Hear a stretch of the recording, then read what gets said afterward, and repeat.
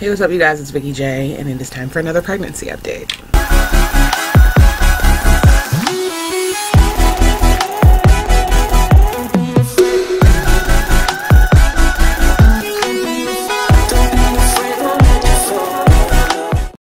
So the last time I did an update was with Solo. He's at work today, so this is gonna be me. So I'm in my 3rd trimester, about 7.5 months pregnant, or is that 8? I don't know. I just know I have 8 weeks to go, so I guess that's 7. 7 months pregnant. There you go. Let's back up a little bit. So after the 20th week, I've had a couple of other ultrasounds since then, and she's doing great. You know, she's developing, and we got to have another look at her, and she's filling out. It's starting to look more like mom. Which I was like, oh, look at my little baby. You know, it was super cute.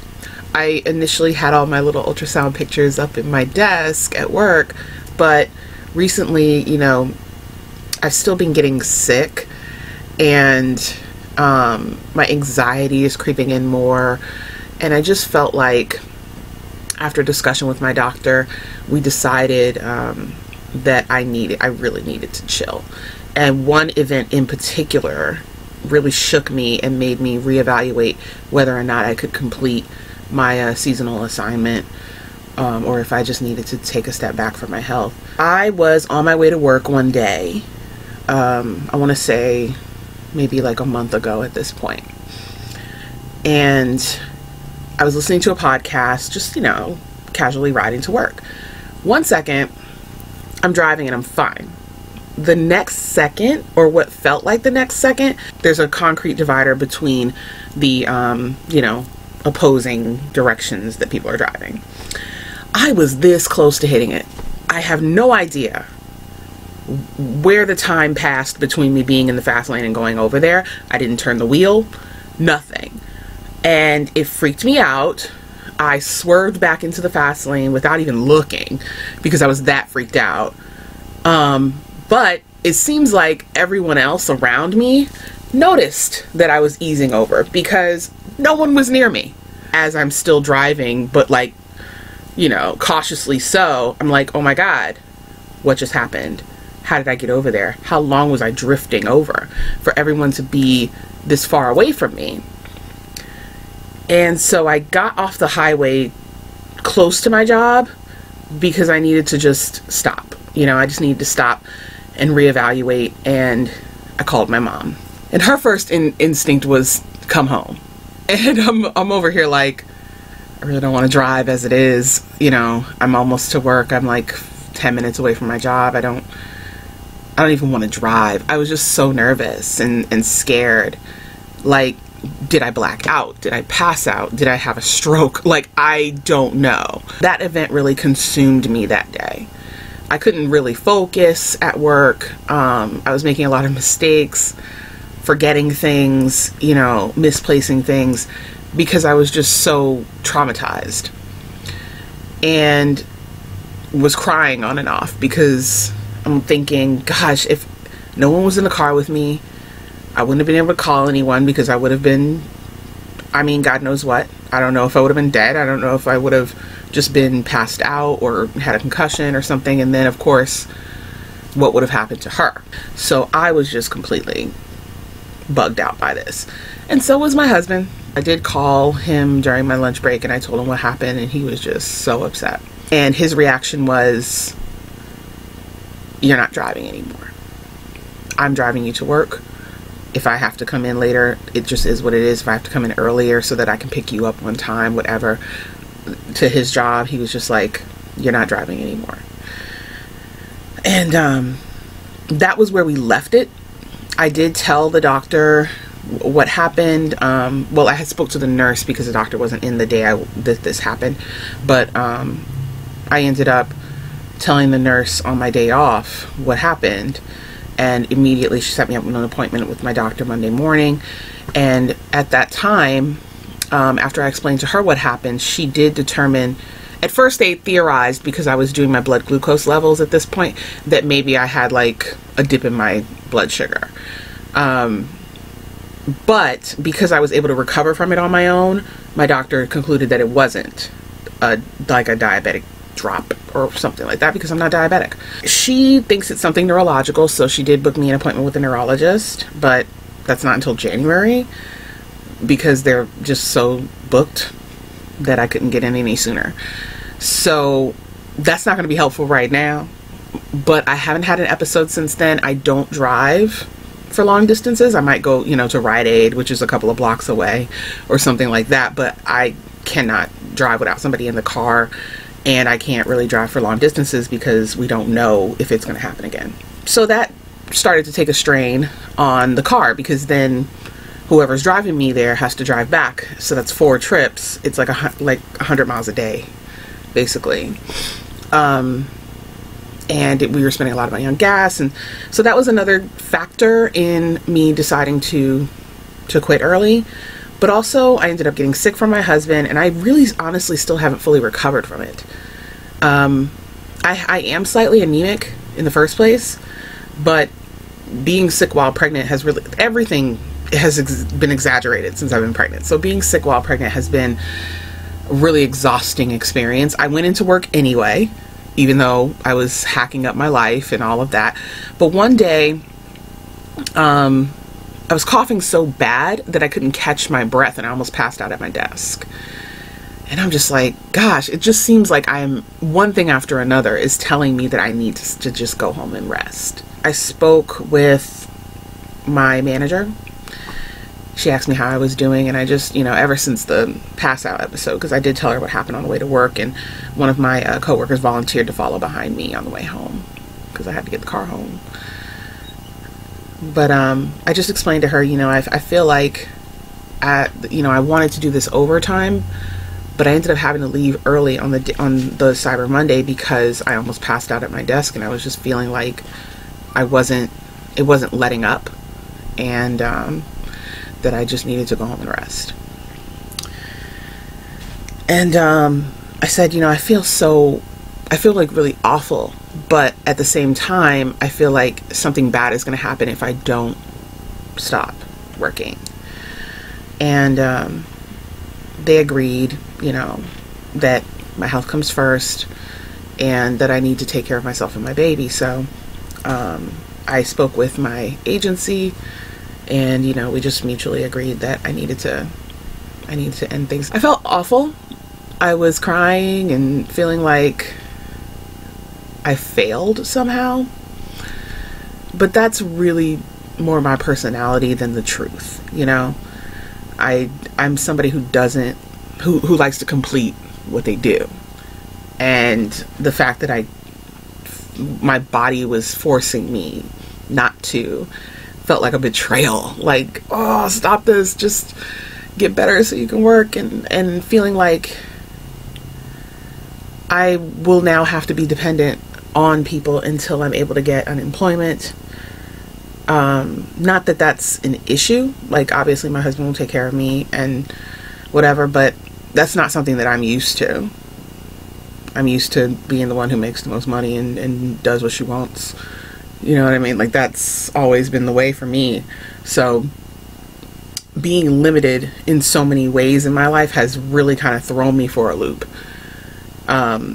Being physically limited, being tired all the time because I can't get like a full night's sleep. It's really an adjustment for somebody with my personality, and I just want to know who can relate. How many of you out there can relate to, I wouldn't say I'm type A necessarily, but I'm definitely somebody who takes charge and, you know, takes care of herself. Like, feels like I have to take care of myself. I have to do everything myself, and not being able to drives me absolutely insane. It really gets my anxiety up, and the way that I have been releasing that since being pregnant has been to cry, because I feel like I can't do anything else. So lots of tears. Like, every now and then I will just like burst into tears, like, you know, why can't I do this? Why can't I do that? It's just really stressful and frustrating. And I fucking cried at the Olive Garden, you guys. Like, why am I crying at the Olive Garden? Because I'm like, it was so ridiculous. I'm gonna tell you about it, but it was just so ridiculous. And like, I want to blame it. I'm blaming it entirely on the pregnancy. My husband and I stopped at the Olive Garden in Boston while my grandfather was at a doctor's appointment, because it was gonna be a couple of hours. And I said, you know, I just want to get lunch, you know, no big deal. No, you know, we don't even have to like eat here, because I know we're on a budget. Like, he's obviously the only source of income at this point. I'm not asking for a $40, $50 meal here, you know. And I was thinking $10 would probably be all I would spend. And my husband didn't want to eat, so I just got something to go. But there was something that triggered me when he told me like what my budget was, that like, it just set me off. And I was like, I don't even want to fucking eat. I hate you. Like, I just like went off. And I'm like, I went to the bathroom and I'm thinking to myself in the bathroom, you could do whatever you want when you were working. You didn't have to, you know, ask your husband for no fucking lunch money. Like, I just, in my head, this is what's going on. Excuse my language. Like, this is how I was thinking. This is the voices in my head were saying to me, girl, you've completely lost your independence. Girl, you ain't nobody's boss, bitch. You're not this and this and that. And like, I'm getting so upset about what, like, I wasn't even planning to spend no more than $10 anyway. But I was so upset. And then I get like, I said, I don't even want to eat here. Like, I don't want this. And he's like, you know, I am fine to buy you lunch. It's not a big deal. And I knew it wasn't a big deal, but I cried anyway. I started crying because I was like, I just really hate that I am broke. You know what I mean? Like, it bothered me so much. I have worked since I was 13. And, you know, taking care of my wants and needs for the most part on my own. And it's such an adjustment to feel vulnerable. And then also actually be physically vulnerable. So I think that coupled with the fact that my last payment wasn't direct deposit from my job, and it pissed me off. So then, you know, he hates when I cry because it makes him feel like he wants to cry. And so I calmed down and then got my damn soup and salad, you know, like for $8, and we left. You know, it was nothing. For the rest of the day in my head, I'm just like, this is so freaking stressful. Why am I stressed? And that's been something for me that has been a constant in this pregnancy. I am stressing about things that I cannot control.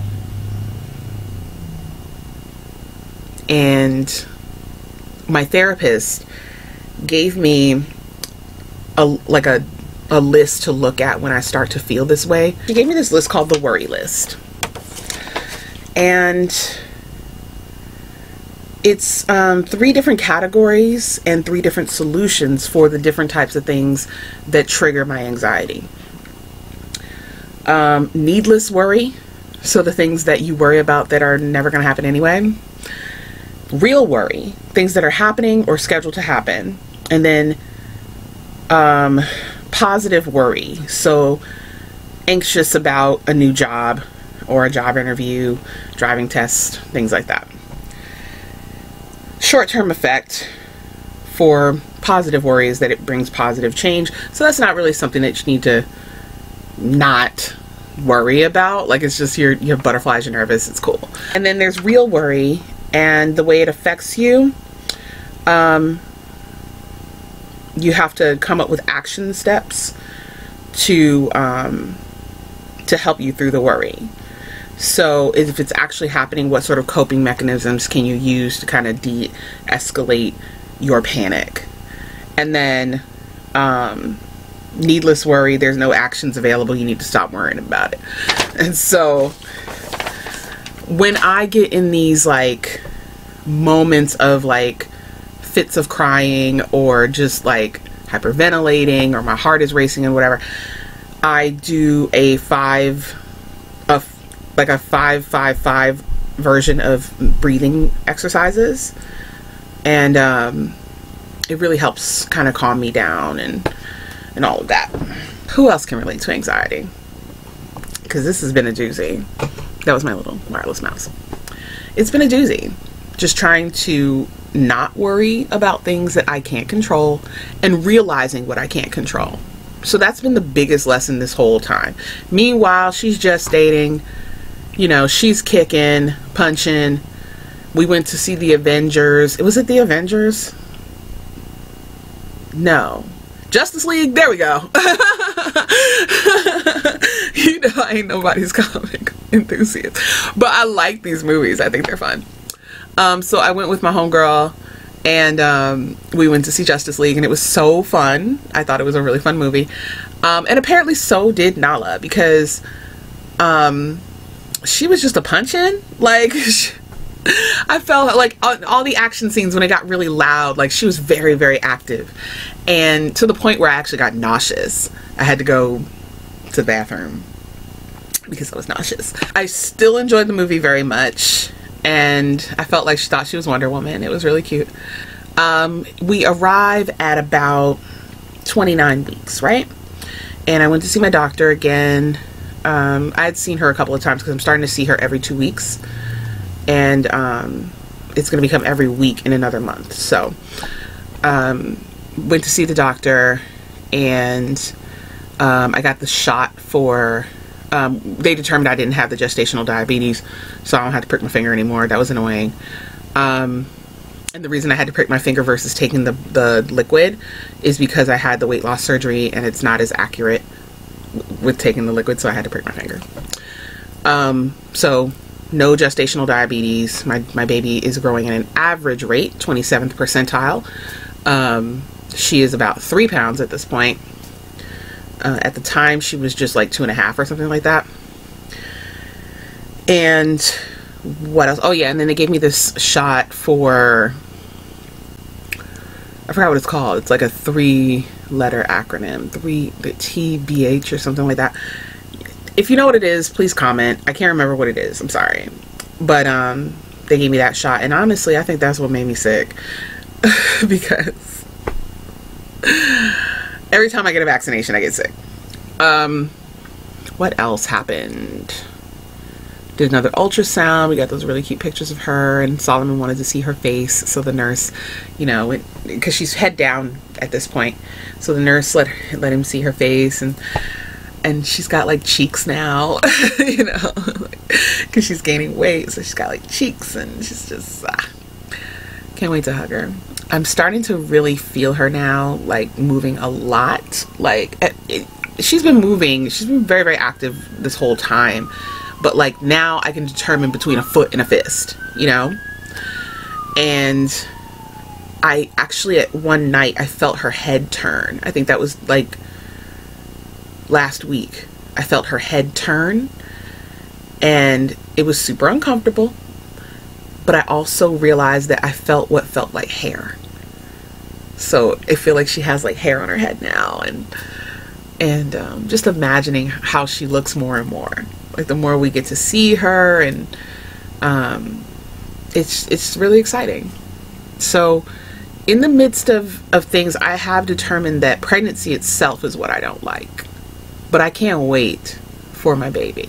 I'm really excited to be a mom now, and it took me a while to get here because of what my controlling nature. What I envisioned for my life never involved him or her, to be totally honest. I was somebody who didn't ever think that they were going to get married, because I had been engaged quite a few times and it just didn't work out. So I was just like, fuck it. You know, like, it's fine. It's fine. You know what I mean? Like, I'm cool. I will just be one of these girls out here traveling and being fly, and, you know, just, and I don't think that I wouldn't have been okay with that, but life is what it is now, and I'm also okay with this, you know? It's not something where I feel like I'm stuck somewhere, or I feel like what did I do with my life? Like, I don't feel like that at all. I have a great husband. And, you know, we created something pretty awesome. So I'm just rolling with it. I'm learning how to be somebody who can roll with it. And it's not the easiest thing in the world, and I'm going to get frustrated, and I'm going to have these moments where I'm just like, I'm out of control and I'm not used to this.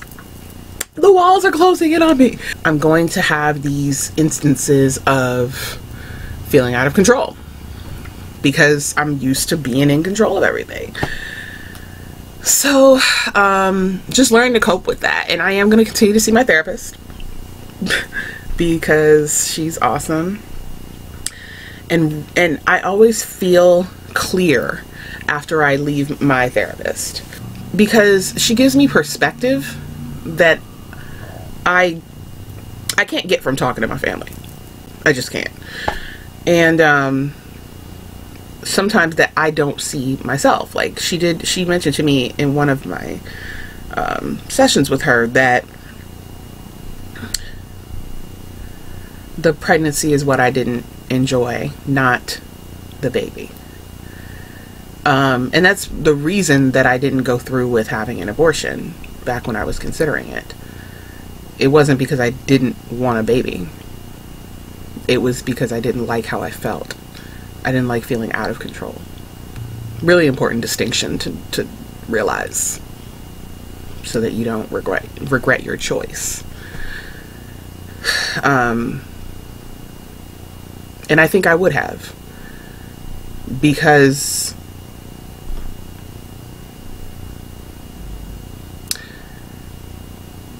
I think that she's going to be something that she's going to be an event in my life that really shifts my perception of the world, really redirects my focus. And I think that's something that I need. You know, I think that meeting someone who made me even entertain the idea of having a baby, because like I said, I've been engaged before, like 3 times, and I never really entertained the idea of kids with those guys. I even told them I didn't want kids, and with them I meant it. But Solomon never pressured me to have kids. I think that's the thing. He would love to, you know, he definitely is awesome with kids, very sweet, very calm and patient, and you know, I feel like he's going to be a really great dad, and I feel like I can trust him to be there. And I didn't feel that way with those other guys, and I think that's probably why I didn't want to have kids with them. When I thought about the things I've been through with Solomon, albeit our relationship has been fairly short, but thinking about what we've been through so far, I know that I made the right decision. I made the right decision in my choice of husband, and I made the right decision to start a family with him. So considering that, and just kind of continuing to discover myself in this process, those are the reasons that I didn't go through with it. So yeah, 32 weeks, 8 more to go. I have a whole fully developed baby that just needs to work on her lung development and continue to get chunky. And I will see her again next week. My doctor has been measuring her with the ultrasounds and stuff, so we'll get a read on where she's at and her measurements and stuff like that, so we get to see her again. And then I think I have 2 more appointments after that are bi-weekly, and then we will transition into weekly appointments. Again, because I have high blood pressure that hasn't been fluctuating throughout the pregnancy, I want to say, because the medicine that I have has kept my blood pressure level It's pretty consistent. It hasn't gone up at all. And so I think they're thinking that I can make it 40 weeks. But at 37 or 38 weeks, they're going to start checking on me more frequently and figuring out, you know, whether or not they should induce. So I also decided not to take the parenting classes because I have to pay up front, and then get reimbursed for it, and it's over $200. So I'm not going to take the parenting classes, but I will find classes online to take, so that I'm somewhat prepared. And there's going to be a hospital tour coming up. I'm signing up for, not signing up for, but choosing my breast pump, and my insurance covers a car seat. So those things are all, you know, coming up. And baby shower has been delayed until after she's born because we can't find a venue in time because of the holidays. A venue that's not booked, obviously, because of the holidays, and because of the uncertainty of my delivery in January, we've just decided to wait until after she's born. She will not be at the event because it will be in February and she will still be fresh and new. I don't want everybody in her face, and I don't want people trying to kiss her because she's fresh and new. No. So, you know, she'll be home. Somebody will stay home with her, and we'll just have like a celebratory, hey girl, welcome to the world kind of thing. If you guys have any questions about, you know, symptoms that I've been feeling, because I haven't really been, aside from some back pain, honestly, and some tender boobies, I haven't really had any symptoms, you know, like not that are directly related to pregnancy. It's been mostly the whole I'm getting sick and I can't handle the stress. Like, that's really all that's been going on. So I've been rambling. I'm going to stop here. And if you guys have any questions for me, of course, please leave them in the comment section. I was going to say description box, but I've got the description box under control. We're still doing the giveaway, the 1,500 subscriber giveaway that ends on the 22nd of December. And I have an Instagram giveaway for the Fenty Stunna Lip Paint. If you want to check out my Instagram to enter that giveaway, that ends on the 15th. Like, I'm announcing the winner on the 15th, so you need to get your entry in by the 14th. And all that information is in the description box. So thank you very much for listening. If you have anything, you know, that you want to ask or advice or anything like that, is most certainly welcome. So thank you very much for chilling with me, JeahBaes, and I will see you next time. Mwah.